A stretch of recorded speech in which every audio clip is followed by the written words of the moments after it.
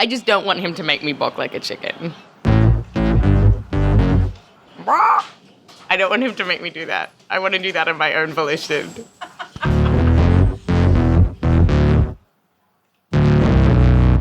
Okay, so we're about to see a hypnosis show on stage at the Mohegan Sun Casino, which is this sprawling complex in eastern Connecticut. Inside the casino, there is row after row of slot machines and craps tables. There's even a life-sized animatronic wolf, which is perched on a fake cliff. Look at that.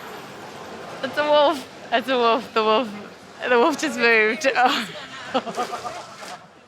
We're in for a great Sunday night.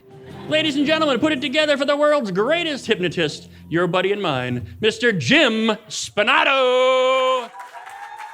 We met our hypnotist, Jim, backstage before the show. He told us that he started out his career as just your standard magician. That was until one day, a couple of decades ago, when he was asked to be the opening act for a hypnosis show. I didn't even know what that was. And then I watched his show and was like, whoa, what is this all about? What made you go, whoa? Because I never saw people act like that on stage. You had people doing some crazy things. What kind of thing? Well... Jim laughed like that because he's about to make a bunch of people do some of those very same crazy things. Come up on stage. Just come. Let's go. Come up on stage.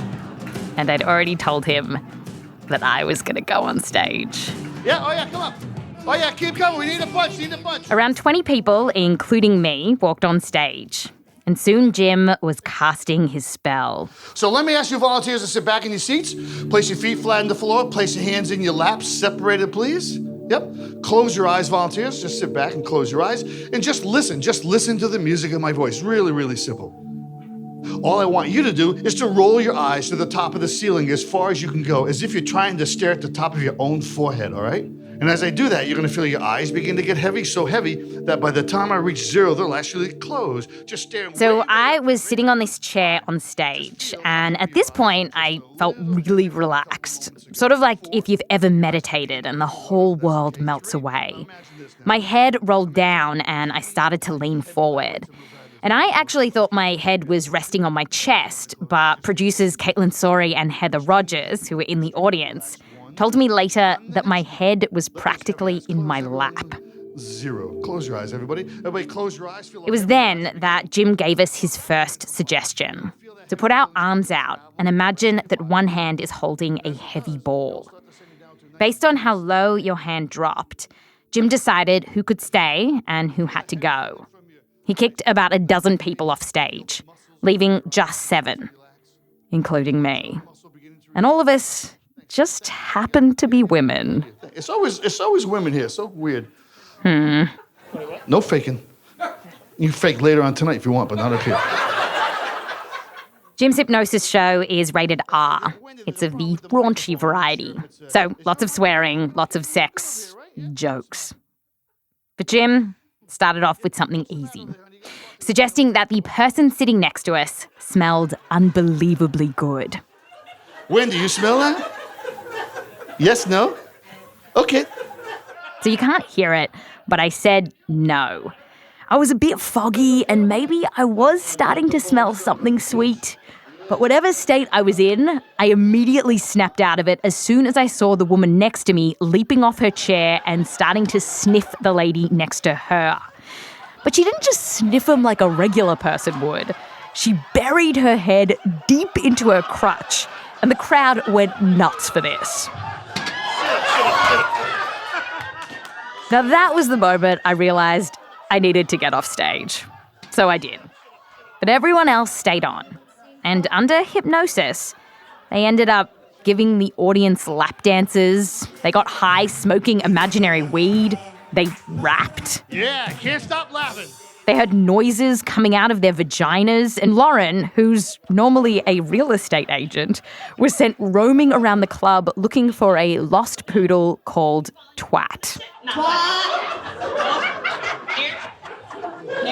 Twat! So what in the world was happening in the minds of those people on stage? Were they really putty in Jim Spinato's hands? Or were they just hamming it up for the crowd? Well, the thing is, entertainers aren't the only ones who use hypnosis. For thousands of years, across many cultures, healers and doctors have been using something that looks a lot like hypnosis to help their patients feel better. And while we first covered hypnosis in an episode a few years ago, we're updating it now because scientists just keep researching its potential to help with all kinds of things, from anxiety to pain to weight loss. And if this works, if you could harness the power of hypnosis to help people, like if you look into my eyes and you'll no longer feel crappy, that would be amazing. But what does the science say? When it comes to hypnosis, there's a lot of... I was like, whoa. But then, there's science. I'm Wendy Zukerman, and today on Science Versus, we are pitting facts against focus as we dive into the weird world of hypnosis. It's all coming up.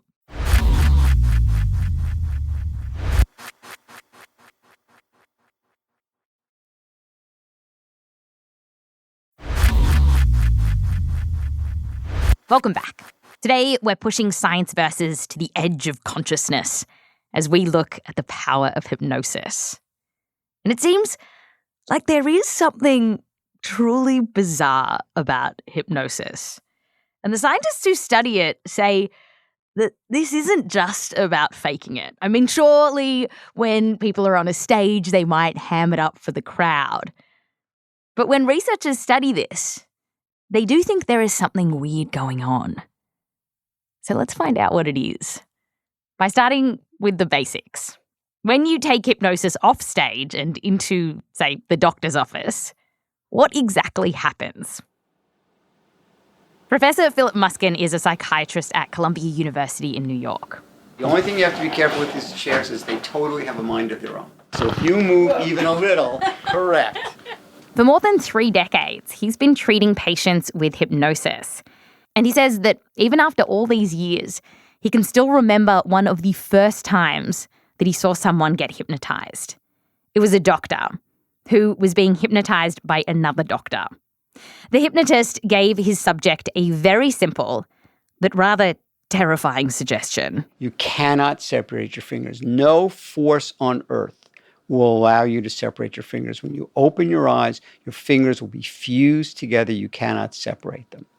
So he brought her out of the trance, and her hands are like this, and he gives her a cup of coffee, and she goes to take it, and it just falls on the ground. I'm amazed. She then did a neurology residency here at the hospital I'm at now. And I ran into her one day, and I said, I've been meaning to ask you this for years. So here we are. What was going on? She said, I don't know. He told me I couldn't take my fingers apart. I couldn't take my fingers apart. He gave me the damn cup of coffee. I made a mess. I was embarrassed, but I couldn't take my fingers apart. Seeing this astounded Philip. He went on to study hypnosis, and he showed us how to hypnotize someone. Look into my eyes. Nah, that was just his Dracula impersonation. Okay, so here it is. This is how you actually hypnotize someone. And you'll notice that the words that Professor Philip Muskin uses are actually pretty similar to what Jim said on stage at the Mohegan Sun Casino. Roll your eyes up. Roll them up as high as they'll go. And keeping your eyeballs up, slowly close your eyelids. Take a deep breath. Deep. When I ask you to do this, all I want you to do is to roll your eyes to the top of the ceiling as far as you can go, as if you're trying to stare at the top of your own forehead, all right? Philip says you can use lots of things to hypnotize someone. You don't have to roll your eyes up or take a deep breath. You can use a spinning spiral or even dangle that old movie classic. The gold watch floating back and forth in front of your eyes. And those are all techniques that work. So They work. The gold watch works? sure. But they all work. I thought it was... They all work for the same reason, that the person starts to concentrate his or her attention in a very narrow focus. Philip says that when you're so focused and the rest of the world just melts away and all you can hear is the hypnotist's voice, you are entering a trance. Yeah, that is seriously what Philip and other academics call it. A trance. Now, there's a few components needed for someone to be considered hypnotized, including what scientists call absorption and suggestibility. Absorption really means that you narrow your focus. You're absorbed. And suggestibility means that social cues that you might ignore you're more open to them. In a clinical setting, a person who's hypnotized might be sitting very still and quiet, waiting for instructions from the doctor. And once that suggestibility kicks in, that's when they can start to make suggestions to you. Like if perhaps they're trying to help you quit smoking, they might say, "Smoking is poison." Then the hypnotist basically wakes you up and ends the trance. Now, in a minute, I'm going to have you open your eyes. Don't do anything, just listen. At 3, you can start to move around your seats a little bit. Why don't you do that now? Just get a little bit of energy going on, okay? 4, almost awake. On the next number, your eyes will open. At that point, you'll be wide awake, feeling excellent. You'll Ready? feel refreshed, like you'd taken a short nap. So, as a recap, to put someone under, you first focus them, get them absorbed, then give them suggestions. And finally, you wake them up. But knowing this left me with one big question. How does this work? What is it about that focus state? That is what I can't wrap my head around. The trance and the being very, very focused, I can completely understand.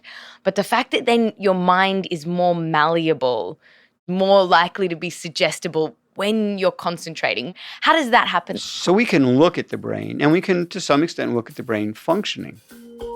Yeah, brain studies have looked at people who seem to be under hypnosis, and they found some strange stuff going on. So, for example, when people are hypnotized and told they're in pain, even though nothing's hurting them, parts of their brain look like they are actually feeling pain. And then, let me tell you about this weird study, where scientists wanted to know if they could hypnotize the brain into thinking it was hearing something that wasn't there. Okay, so here's what they did.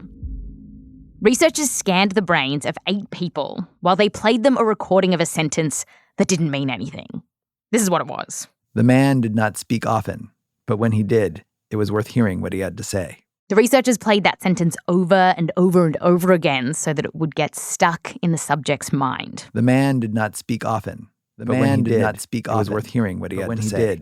It was worth hearing what he had to say. The people were then hypnotized and told that they were hearing the recording again. The man did not speak. But they weren't. They were just hypnotized, so they thought they were hearing it. The man did not speak often, but when he did, it was worth hearing what he had to say. Here's what the researchers found. When the people actually heard the recording, a particular area of their brain lit up.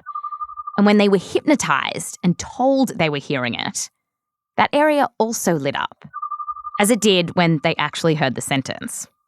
And what made this even more convincing was that when people were told to just imagine that they were hearing the recording at a time when they weren't hypnotized at all, that part of their brain stayed dark. And so this suggested to the researchers that there was something curious going on with hypnosis. Like perhaps it was tricking the brain somehow. But still, these brain scans with people under hypnosis, they're often really small. And brain scans at the best of times are notoriously difficult to analyse. Still though, from what we're seeing, there does seem to be something special about getting someone to be really, really focused. It seems to make them more open to following suggestions. But there's a lot that goes on we don't have a clue about. So how does it work? We don't know. And of course, whenever we don't know how something works, it either makes us think it's false, BS of some sort. But you don't. I don't. I don't from my personal experience. I don't from my experience with patients. Does it frustrate you that there's not a mechanism at play that we know about? We don't know about so much that truly, if you get yourself caught up in all the things we don't know, the world seems hopeless. I'll give you a common example. Falling in love. Most everybody falls in love. You see somebody and you say hello and you're pretty much in love at that moment. Boom. What is that? We could come up with stuff, but we're making it up. Here's what we do know, though. While we like to think that everyone can fall in love, it doesn't look like everyone can be hypnotized. And Philip says it can be really hard to know who's going to go under just by looking at them. There are people who are very hypnotizable, but they wear three-piece suits. You can be weak-willed and not be hypnotizable at all, and extremely strong-willed and be very hypnotizable. Studies with identical twins suggest there's actually a genetic link between people who are hypnotizable. But researchers say the only way that we can know for sure if, say, you can be hypnotized is to actually try to hypnotize you. Ask you to do a series of increasingly complicated tasks and see if you do it. A test. And there's a few of these kinds of tests. Two of the most common come from Harvard and Stanford. And when scientists use these tests, they've found that, like most personality traits, being extroverted or neurotic, hypnotizability falls into a spectrum, where most people are in the middle, 10 to 15% are hypnotizable, and then there are very, very few incredibly hypnotizable people. These are people who will follow extremely complicated suggestions. On stage, Jim's hypnosis didn't really work on me, but I wanted to see how I would go in a clinical setting, with a professional. Look into my eyes. Philip gave me a short hypnotizability test, and he used this simple scoring system of 0 to 5. 0, not hypnotizable at all. 5, very hypnotizable. He put me under, then told me my arm felt tingly. And it did kind of start to feel tingly. Then, after a couple more suggestions, he got me out of it. Open up your eyelids. Open them up and bring them into focus. How do you feel? I feel very, a little bit drugged out. Drugged out. The most similar to when I've felt like this before. Okay. Is it a good feeling or a bad feeling? It's like a little bit woozy making. A little bit woozy. Okay. As you can hear, I do sound pretty groggy, and that actually really surprised me for just 5 minutes of focusing my attention for my head to feel all woozy. That was odd. And it led Philip Muskin to tell me, you're actually hypnotizable. Sorry to disappoint you. What number? What number am I? You're at least a 3. At least a 3? I don't want people messing with my head to be like a puppet on a string for some hypnotist or even some researcher like Amanda Barnier. I'm a professor of cognitive science at Macquarie University in Sydney, Australia. Amanda studies extremely hypnotizable people at the top end of that scale that Philip used on me. And she writes about them in peer-reviewed journals. So Amanda told me about one case of a man called Blake. It's not his real name. But she put him under hypnosis and then gave him a rather remarkable suggestion. In a moment, I'm going to get you to look into a mirror and you're going to see a stranger, not yourself. And then I said, okay, lean forward, open your eyes and look in the mirror. And he opens his eyes and he looks in the mirror and then he looks around the room. And he looks at me and he looks around the room. And I said, who is it? And what do you see? And he said, it's not me. I said, do you know who it is? And he said, I think it's a guy that I used to go to school with. And I said, does he look like you? And he said, no. Amanda pushed Blake, and he kept saying that the person he could see in the mirror was definitely not him. He said, well, his eyes are smaller, his nose is bigger, he's got freckles. So, yeah, that's absolutely one of the most compelling sessions that I've ever sat in. Amanda tried this out on 22 highly hypnotizable people, and over half of them said that they saw a stranger when they looked in the mirror. She also tried this out on people with low hypnotizability, and it didn't work. So from all this, Amanda knows that you can push some people pretty far when they're under. But how far can you take it? I don't know how far, and I don't know that it's not ethical to test how far that mind control will go. I haven't tested, and I don't know where the limit is. There's going to be a limit somewhere. I don't want to test it. Ugh, academics and their pesky ethics. Well, there's one organisation that doesn't have to worry about that. The CIA. And that's coming up just after the break. Plus, could hypnosis help you with your anxiety?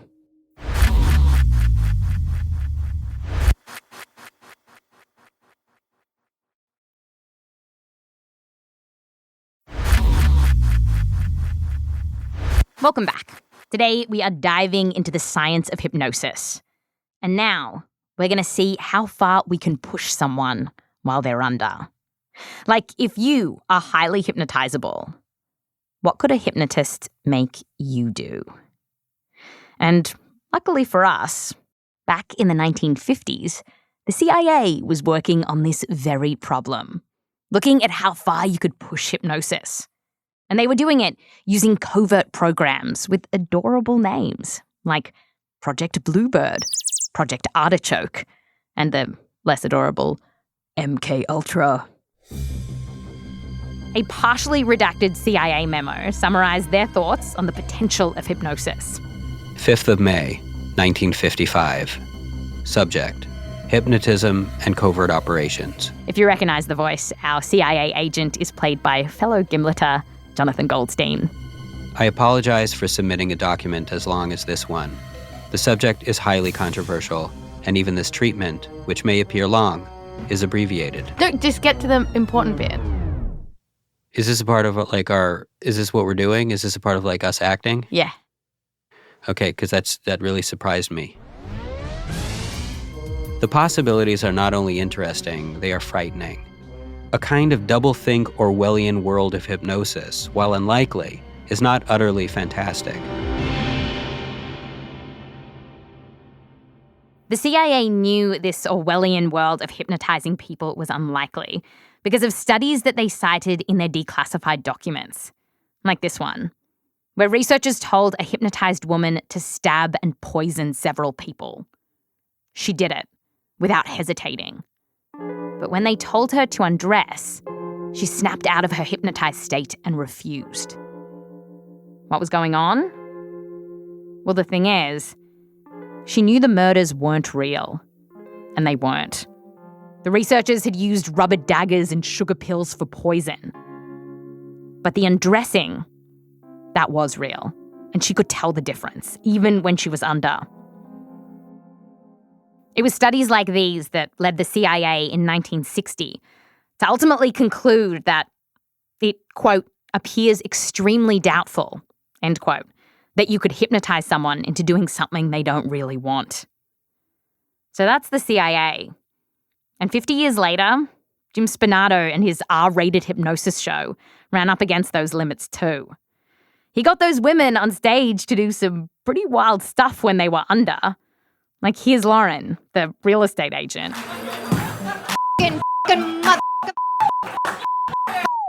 She did most of Jim's suggestions, but not one. Jim suggested that she go nuts making out with her husband when Jim would say the words, Pancakes, pancakes, pancakes, pancakes, pancakes! Jim said she wouldn't be able to control herself with her husband. Now, Lauren sat in her husband's lap, kissed him a little, but that was it. We talked to Lauren about what was going on. At that point, I already was, okay, there's a lot of people here and that's inappropriate. Let's just kiss like normal people. Amanda Barnier has published work on the limits of hypnosis too. Like in one study, she asked hypnotized people to send her a postcard in the mail every day But pretty quickly, they stopped. Which brings us to our last question. Could we use hypnosis to push people into doing things that they want for themselves, but just can't? Like, could you use it to stop us eating junk food, feeling anxious, or even feeling pain? Well, this is something that Professor Philip Muskin uses hypnosis for these days. He tries to help his patients with it. Like for pain. Sometimes he'll be sent patients that have tried other stuff, like pills, and it didn't work. So their doctor might say, what about other ways of controlling your pain? Physical therapy, massage. And someone might say, have you considered hypnosis? And here's how it would work. The idea would be that, say, you had a pain in your arm. Philip would put you in a trance and then make suggestions like, you can't feel your right arm. Or in studies on this, sometimes they say, imagine the arm being completely filled with a sensation of relief. At other times, a doctor would ask patients to wear a glove and then say, you cannot feel pain because the glove you are wearing prevents you from feeling it. And this seems kind of wild, but studies on highly hypnotizable people show that sometimes it actually can help. That's what a recent meta-analysis of over 40 studies on pain found. And they were looking at all kinds of pain, like pain in cancer patients, chronic pain, and things like pain from burns or surgery. They said it was about as helpful as stuff like CBT and mindfulness.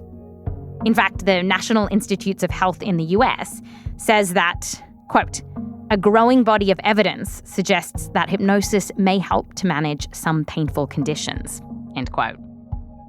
And so far, the strongest evidence that we have for this is in pain. Scientists have also looked at whether highly hypnotizable people can be hypnotized into quitting smoking or losing weight, and that research is more mixed. We're also seeing some studies on certain kinds of anxiety, like getting anxious before medical treatments. And sometimes here, hypnosis can help. Philip and others have seen it work in very specific instances. Like, he told us about this one patient who was in hospital, really sick with a bad lung disease. And she was spiraling, anxious, thinking, what if I die? She had the cutest little 3-year-old twins. They'll never have a mother. Just incredible, intense emotion. And I'm saying to her, I want you to take deep breath, which is not so easy for her. And I want you to imagine yourself floating. It took about 20 minutes to calm her down until this torrent of emotion had run its course. And then I had her come out of the trance. And she opens her eyes and with a big smile says, wow, that was intense. She remembered it. Remembered everything and said, wow, I said, all this stuff was pent up in me. And just when I sort of hit this state, it all came out.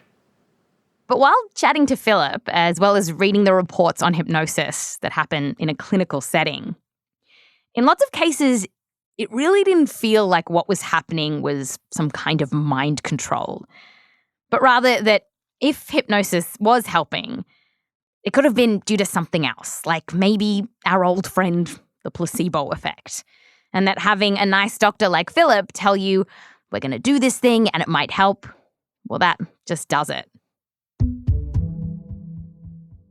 It could also be something as simple as just helping you relax. In fact, one review looked at heart rates, breathing, and sweating when people were under hypnosis.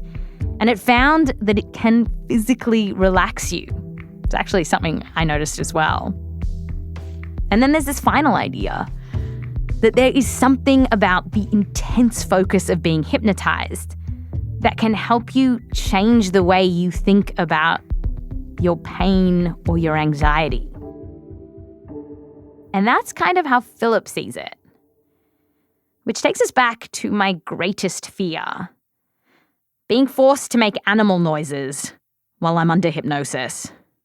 With more work, could you make me quack like a duck? If you wanted to. That is, if you wanted during the experience to be disinhibited in that way. For me, I guess whether the say to bark like a duck or bark like a dog or quack like a duck, that would be evidence for me about the power of hypnosis, I guess. The power of hypnosis is internal. What you're saying is that would be evidence of my power over you. That is not how hypnosis works. So what Philip is kind of saying here is that if you really wanted to be hypnotized into balking like a chicken, the power of hypnosis could help you. Because there is something about the power of the mind, the power of your mind, that when you tune in and focus, and you're just completely focused on the words that someone tells you, you're completely focused on the words that someone tells you, that everything else just fades away. And you are so focused on the words that someone tells you, so focused on the words that someone tells you that you just nod your head and you start to bark, bark, bark, bark, bark, bark, bark like a chicken. That's Science Versus.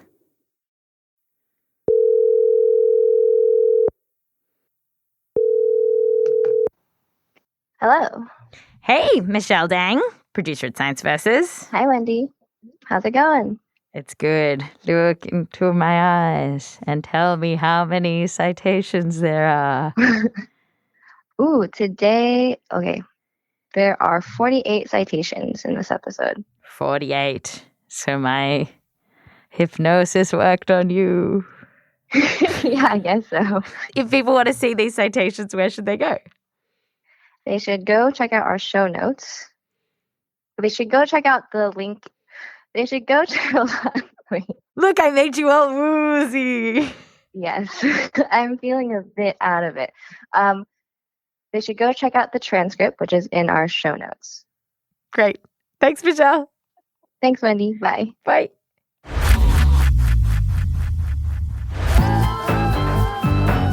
This episode was produced by Heather Rogers, Michelle Dang, and me, Wendy Zukerman, with help from Kaitlyn Sawrey, Austin Mitchell, Diane Wu, and Shruti Ravindran. Edited by Annie-Rose Strasser, Kenney and Blythe Terrell. Fact-checking by Michelle Harris and Ekedi Fausther-Keeys. Sound design and music production by Matthew Boll, mixed by Martin Peralta and Peter Leonard. Music written by Martin Peralta, Bobby Lord, Peter Leonard, and Emma Munger. Thanks to Alex Blumberg for being the man who, ended up speaking pretty often, and Jonathan Goldstein from the very amazing podcast that I know you know called Heavyweight. He was our CIA agent. Thanks again. I'm Wendy Zukerman. Back to you next time.